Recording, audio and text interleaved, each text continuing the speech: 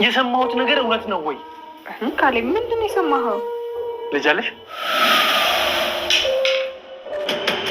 ፎቶ ላይ ያየኋት ያቺ ህፃን ልጅ አንቺ ነች አይደል? ከተመስገን ልጅ አለሽ አይደል? መስገን ይህን ነገር ከሰማ ይገለኛል። ለዛ ነው ድብቅ እንዲሆን የፈለግኩት። በቃሽ ትሁት፣ በቃሽ። ከዚህ በኋላ እኔ መዋሸት አያስፈልግሽም። እውነቴን ነው ካሌብ፣ እየሸወድኩህ አይደለም። ዝም በይ። ተመስገን ልክ ነበር። ሚስቱና ልጁ የሚፈልግ ምንድን ነው ኃጢአቱ? ሚስቱ አይደለም ልጁ ሜኔ ብቻ ናት። ሰምኛለሽ ትሁት፣ ባላሽ ደስ ይለኝ። ትሁት፣ በአስቸኳይ ቤቱን ለቀሽ እንድትወጪልኝ እፈልጋለሁ። እንዳታደርገው። እናንተ ካላችሁበት አንድ እርምጃ ወደፊት ብትመጡ አንገቷ ተቆርጦ ይወርቅ። አልጠበኳትም። በሴራ እንድትወጣ አደረኩኝ እንጂ። ዝም በይ። ለምን ደውለሽ ና አልሽኝ? እሱም ብቻ ንገሪኝ። ዝም አልልም። እኔ ጀግና ነኝ፣ አልፈራህም። አጉል ጀግና ነኝ፣ ጀግና ነኝ። አትጫወት። ዝም በይ ብዬሻለሁ። አንቺ ልጅ ትሰማኛለህ? አንተ ጀግና ትጫወታለህ እንጂ ጀግናውን አታውቅም። ጀግና የሆነ ሰው ነው እንጂ አይተህ የምታውቀው። ትሰማኛለህ? ፈሪ ቦቅቧቃ ነው። ዝም በይ ብዬሽ ነበር። እንድትጣላሽ ፈልግ ከልጅ ደግሞ ያስወጣሽ አይደለም? ምን አልክ አንተ?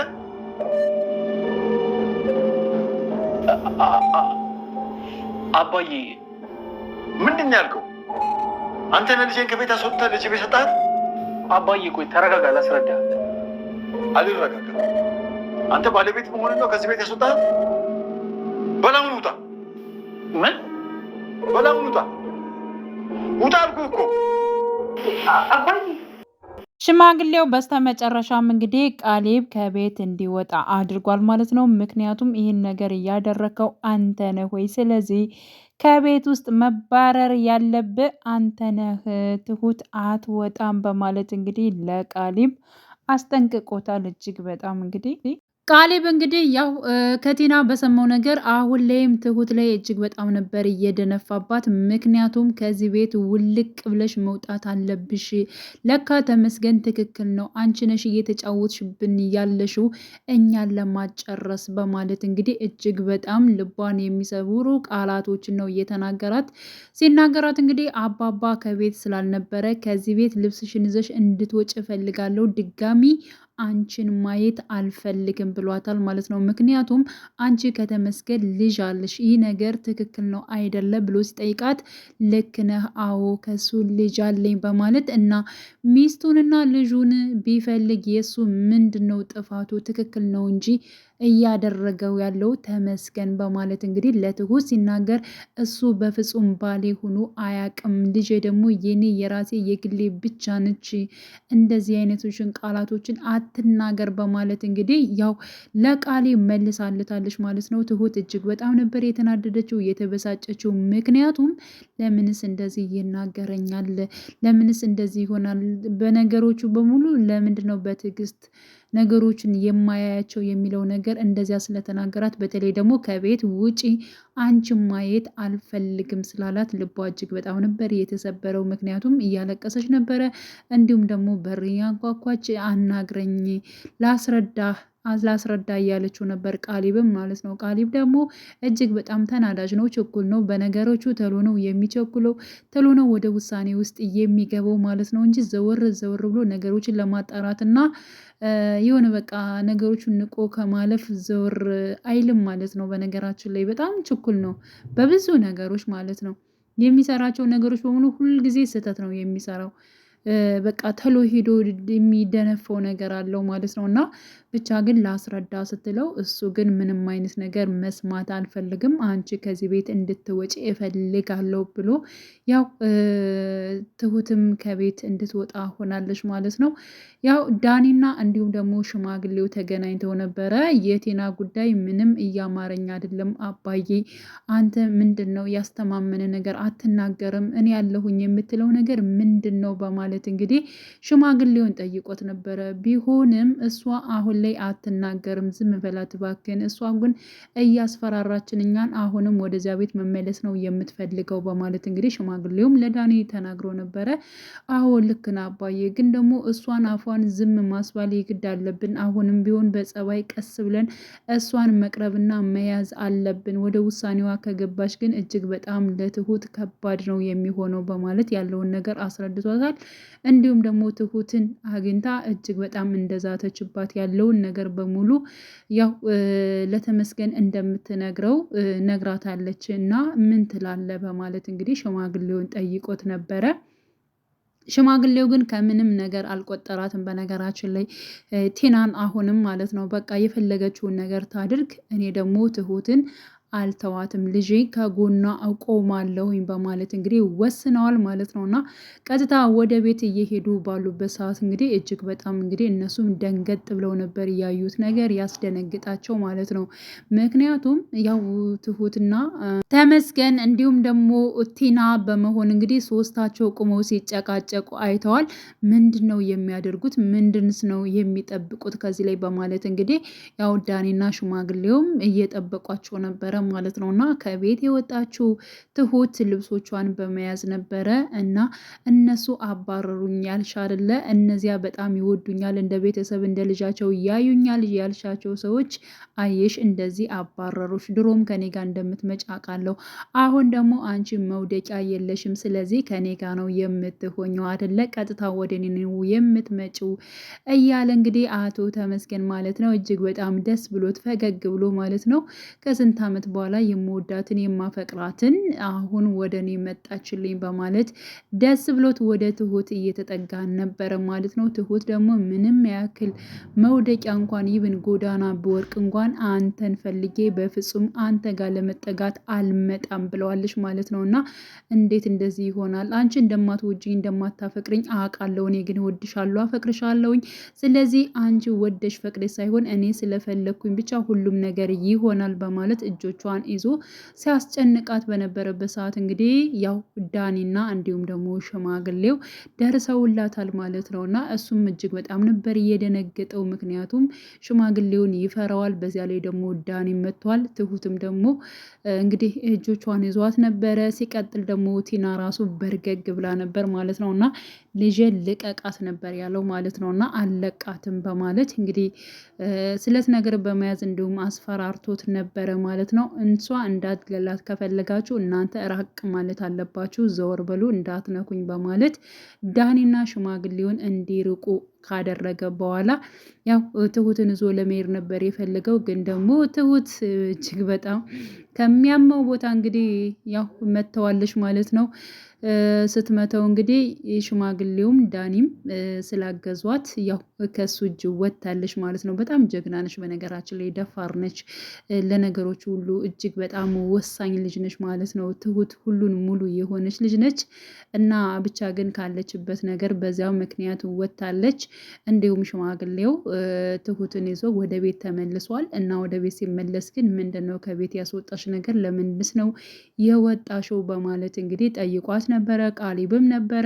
ቃሊብ አንተ ቤት ውስጥ እያለህ ነው እንደ እሷ ልብሶቿን እዛ ስትወጣ አንተ ዝም ያልከው ለምንድን ነው እያለ ቃሊብንም ሲጠይቀው ነበረ። ግን ደግሞ ትሁት እዚህ ጋር ለአባባ ለሽማግሌ የመለሰችው ነገር አለ። እኔ እሱ አልነበረም ከቤት፣ እኔ ደግሞ ከቤት የወጣሁት ራሱ ተመስገን አስፈራርቶኝ ነው፣ የግድ መውጣት አለብሽ ብሎኝ ነው እንጂ የወጣሁት በቃሊብ ምክንያት አይደለም በማለት እንግዲህ መልሳለች ማለት ነው። ይህን ነገር ስትናገር ማለት ነው ቃሊብ እጅግ በጣም ነበር የተርበተበተው። በነገራችን ላይ ለምን ጥፋተኛና ሰተተኛ ስለሆነ ማድረግም ስለሌለበት እንደዚያ ትሁትን ከዛ ቤት ውጭ ማለት የለበትም፣ መረዳት ነበረበት። ትሁት ልጅ እንዳላት እንዲሁም ደግሞ ልጇ የራሱ የተመስገን እንደሆነ ሽማግሌው ራሱ ያቃል ማለት ነው። እና ይህን ጉዳይ ዳኒም እንግዲህ ሽማግሌውም ስለሚያውቁት ነገሮቹን መረዳት መቻል ነበረበት ቃሌም ማለት ነው። ስላልተረዳ ስለሚወዳ ስለሚያፈቅራት በቅናት መንፈስ ተነሳስቶ ነገሮችን ማስተካከል ያለፈ ጉዳይ ነው። በነገራችን ላይ አንዳንዴ ህይወት ያለፈ ህይወት ነው። ያለፈ ህይወት ደግሞ በቃ ያለፈ ነው። ስለ ወደፊቱ ነው እንጂ ሁለታቸው ከተፈላለጉ ስላለፈ ህይወት ምንም ነገር አይመለከተውም። በቃ ያለችበትን ያለፈችበትን ልትነግረው ትችላለች እንጂ ከዚያ ውጭ ለምን እንደዚህ ሆነ ብሎ የመናገር መብት ራሱ የለውም። ከወደዳት ካፈቀራት ሁሉ ነገሯን መውደድና ማፍቀር ግዴታ አለበት ማለት ነው። እና ከዚህ አንጻር ብቻ ግን ያው ቃሌብ በጣም ችኩል ነው። ስለዚህ ትሁት ግን ለሱ ብላ ደብቃለች። ምክንያቱም አባትና ልጅ እንዲጣሉ በሷ ምክንያት ስለማትፈልግ ማለት ነው። እና ተመስገን አስፈራርቶኝ ነው መውጣት እንዳለበት እናንተን ከሚጎዳ እናንተ እንደዚህ ከሚል ወይንም ደግሞ እህቴን ብሏል። እህቴን እንደዚህ አደርጋታለሁ ብሎኛል። ስለዚህ እህቴን እንዳይጎዳብኝ ነው እኔ ከቤት የወጣሁት ብላ ተናግራለች። የውሸት ነገር ሰርታ ማለት ነው። እና ቃሊብ እንደዚህ ብላ ስትናገር ትሁት እሱ በጣም ነበር ያፈረው። በነገራችን ላይ እሷ በጣም ብልጥ ነች፣ ብልህ ነች ማለት ነው። ቃሊብ ደግሞ ዝም ብሎ ቦጀጄ ነገር ነው በነገራችን ላይ ማለት ነው። እና በጣም አፍሯል። ከዛ በኋላ ግን ትሁትን አናግሯታል። ለምንድን ነው ትሁት እንደዚህ የዋሸሽው? እኔ ከቤት እንዳስወጣሁሽ እኔ ራሴ አውቃለሁኝ እና ለምንድን ነው አንቺ እንደዚህ ያልሽው? ላባዬ በእኔ ምክንያት አይደለው ከቤት የወጣሽው? ለምን እውነቱን አልነገርሽውም? በማለት ጠይቋት ነበረ። እሷ ደግሞ እኔ በእኔ ምክንያት አባትና ልጅ እንዲጣሉ በፍጹም አልፈልግም ብላለች ማለት ነው። እና በእኔ ምክንያት እናንተ እንድትጣሉ እናንተ እንድትበጣበጡ በፍጹም እኔ አልፈልግም። ለምን እንደዚያ ይሆናል?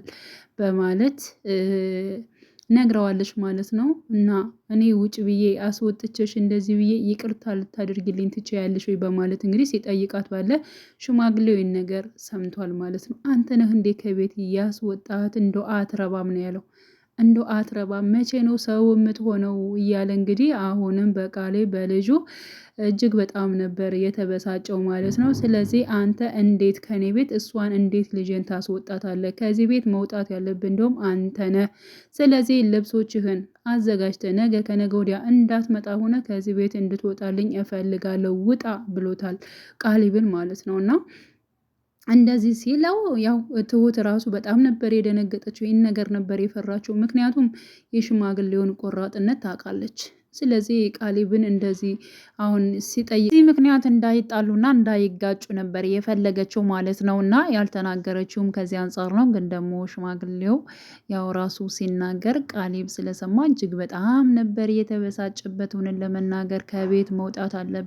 እሷ ሳትሆን ከቤት ውስጥ ነገ ከነገ ወዲያ መመለስ ስለማችል ልብስህን ይዘህ አንተ ከቤት ውስጥ መውጣት ትችላለህ፣ ውጣ ብሎ እንደውም ማለት ነው ሊያስወጣው ነበረ ማለት ነው።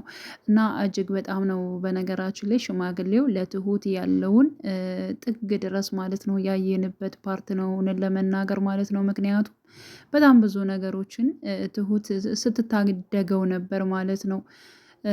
ቴና ሽማግሌውን እየጎዳች ባለችበት ታይም ላይ እጅግ በጣም ትሁት ለሱ እንደ ልጁ ሆና ብዙ ነገሮችን አድርጋለች ማለት ነው። እና አሁንም ደግሞ ሽማግሌው በሷ ችግር ላይ ማለት ነው ከጎኗ እንዳለ ጥግ ድረስ ያሳየበት ፓርት ነው ማለት ነው። እንግዲህ አሁን ላይ ደግሞ ያው ቴናና እንዲሁም ደግሞ ተመስገን እጅግ በጣም ተጣልተዋል ማለት ነው። አንቺን ለምን ደውለሽ ጠራሽ? ለምን እንደዚህ ሆነ? እያለ እንግዲህ እሷንም ሲያስጨንቃት ደግሞ አንተ ደግሞ ወንድ አይደለህም እያለች እንግዲህ እሱ ምንም ነገር እንደማይችልና ጠንካራ እንዳልሆነ ሰነፍ እንደሆነ እንግዲህ በሙሉ ማንነቷ እኔ አልፈራህም በማለት እንግዲህ ቲና ያው ተመስገንን ስትጣላ ነበረ ማለት ነው። ተመስገን ደግሞ ጉሮሮዋን እያዝ አድርጎ እንዴት እንደዚህ ትይኛለሽ ብሎ እሷንም ድብን እያደረጋት ይገኛል ማለት ነው።